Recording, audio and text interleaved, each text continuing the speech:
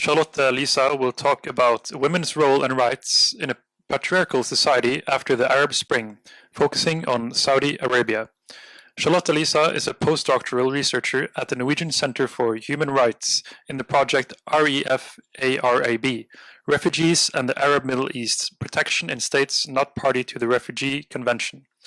Lysa's PhD project explored how women in Qatar and Saudi Arabia challenge patriarchal structures through playing football and the social and political significance of the sport. Welcome, Charlotte. Thank you so much, and thank you for giving me the opportunity to talk. I will spend the next 20 minutes talking about women's role, situation, and rights in a patriarchal society after the Arab Spring. Now, needless to say, a variety of conversations could be had under this subject. And I will not, for example, talk much about women's role in the protest movements of 2011. I will not directly focus on how Arab Spring as a movement have affected women's rights. Rather, I will attempt to outline some general trends and offer some points to consider when we are talking about women's rights, role, situation, and patriarchy. So despite the various experiences and developments in the countries of the Middle East under and after the Arab Spring, I will outline some general points or problems to consider when discussing women's rights in the Middle East. I'm not making this case to generalize, rather the opposite, as I will return to, but acknowledging that the Arab Spring have in one way or the other left its trace on the whole region. And without saying that developments of the current situation is a direct result of the Arab Spring is a central part of the historical background. For example, the events of 2011 have influenced a generation, and also how leaders assess rights movement as a threat to stability to power. So I will use this session to discuss some overarching critical points to take into consideration when addressing these issues as students, researchers, policymakers, activists, journalists, diplomats, or generally interested.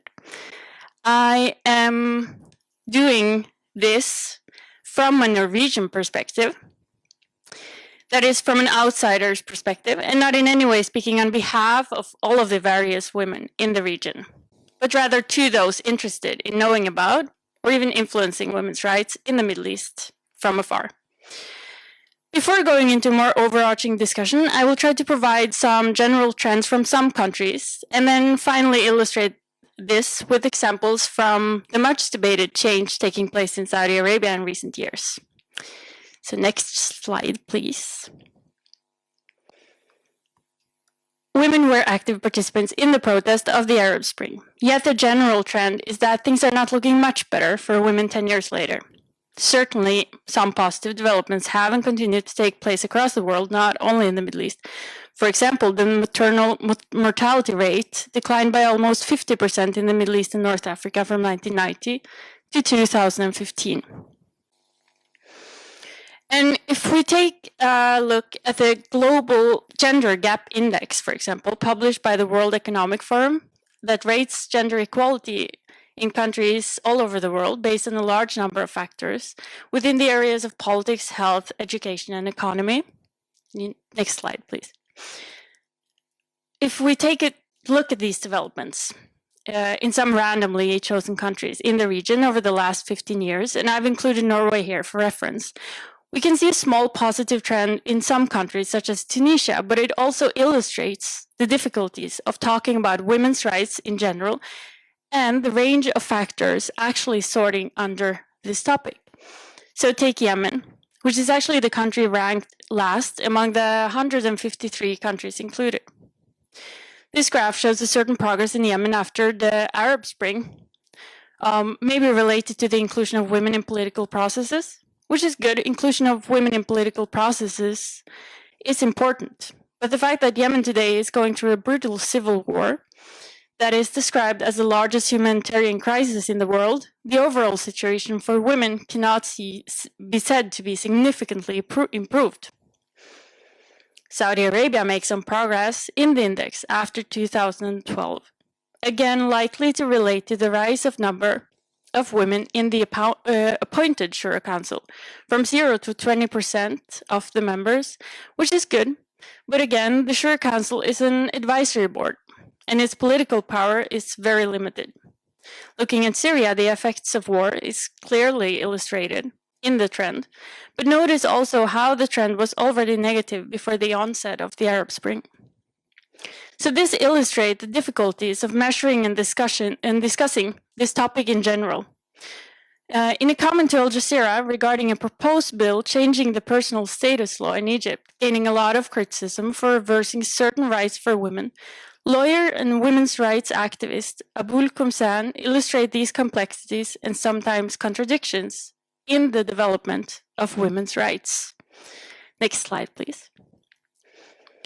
And I quote, "In Egypt, we have female ministers in all fields. These women can sign contracts on behalf of the state worth millions of dollars, but under this law, they wouldn't even have the right to contract their own marriages unless they were previously married." So 10 years after the Arab Spring, it's difficult to make the case that women's rights and situation is significantly improved in general.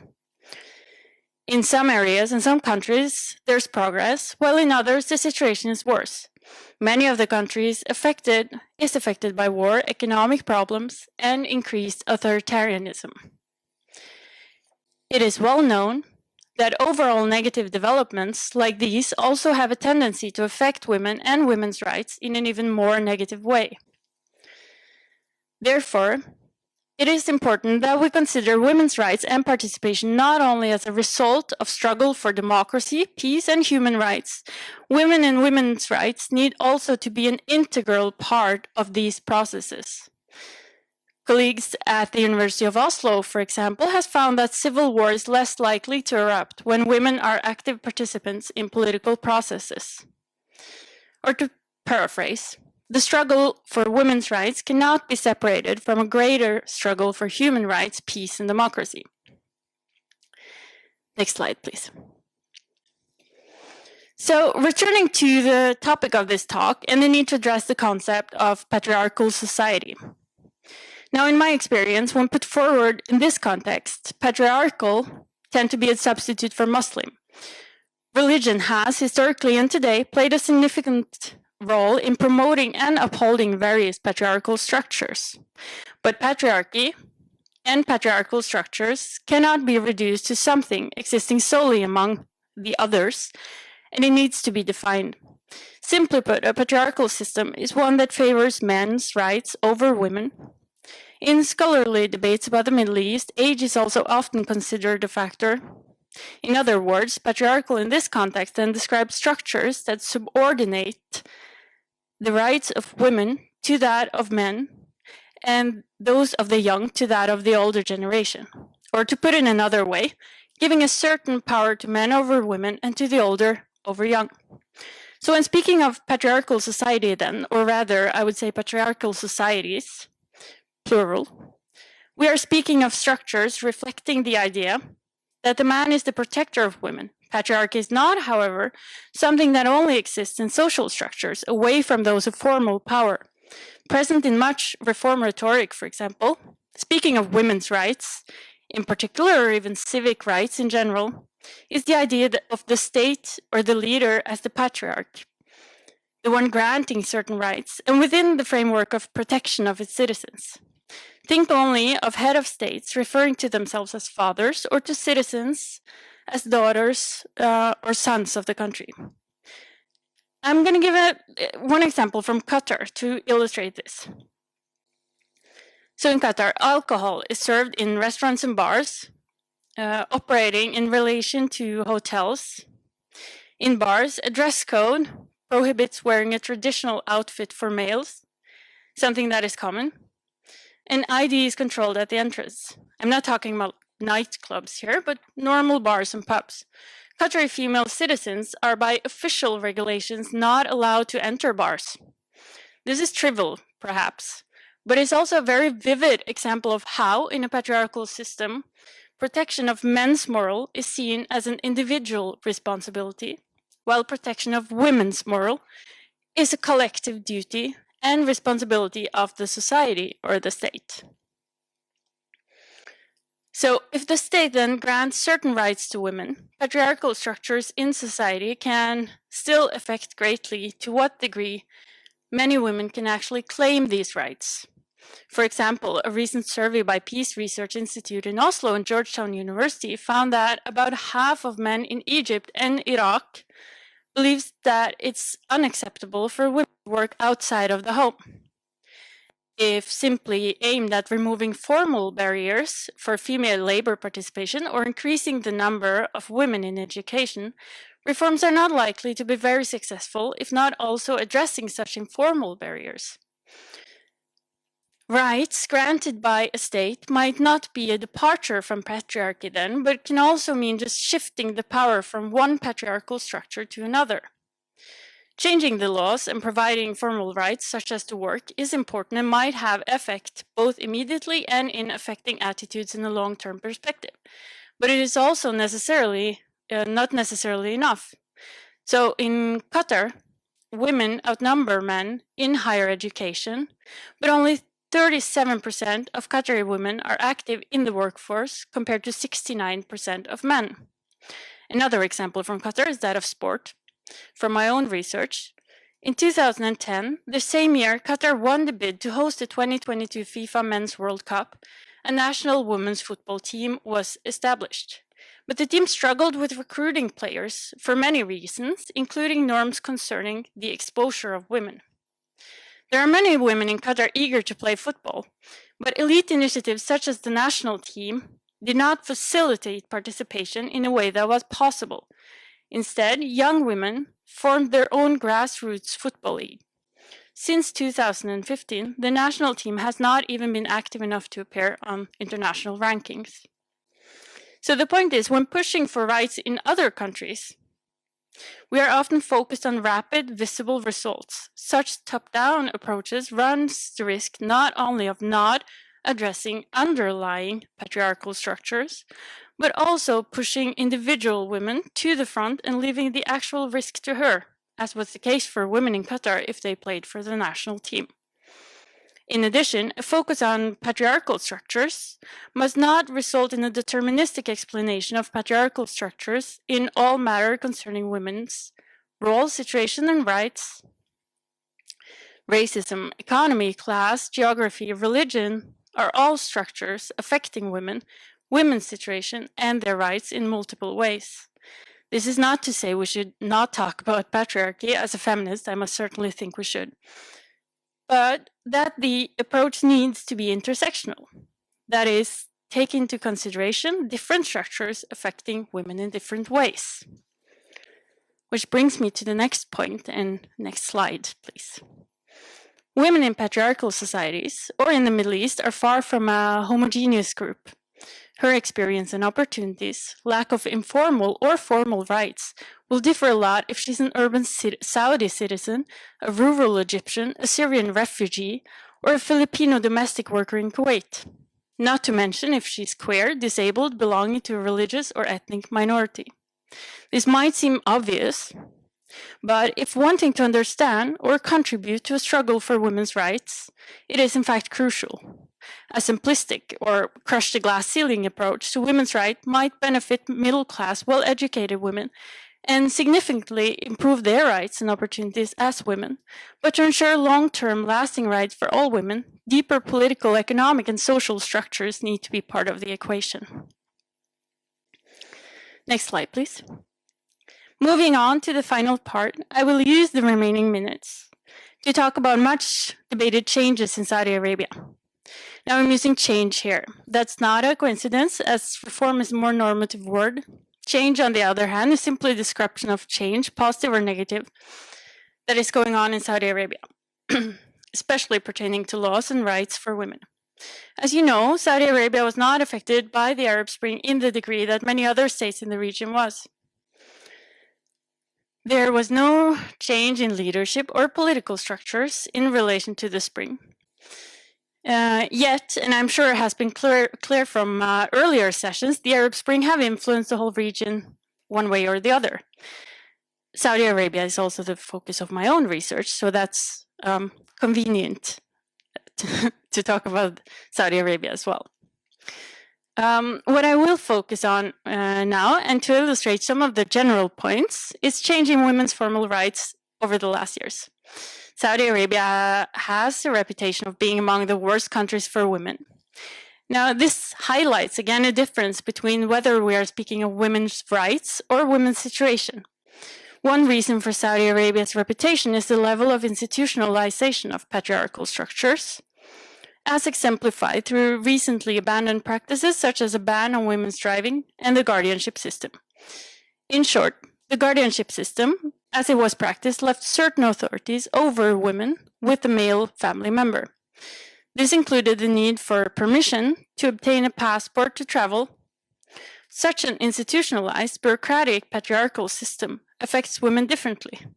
If you are a woman with good relations to your guardian and a high degree of self-determination within the family, it might simply be experienced as a formality. Perhaps a degrading one, but still a formality. If, on the other hand, you are a victim of domestic violence, or in other ways in an abusive relation, the story is a completely different one. So abolishing the guardianship system and other similar regulations is extremely important for the situation of many women and far from superficial. But still, the structures remaining leaving both formal and informal power with men over women in their life. Another aspect worth discussing is that of segregation. Gender segregation is in a Norwegian discourse often talked about as a tool for suppressing women. The premise for this is thinking of the public space reserved for men as a real or important space, while female public spaces are subordinate. In some cases, this is true, in others, it's not. Now, I'm not making the case for gender segregation here, but rather addressing some of the paradoxes as Saudi Arabia are moving away from gender segregation. Saudi Arabia could afford gender segregation, maintaining two different separate spheres, including workspaces, universities, even separate bank departments, is expensive.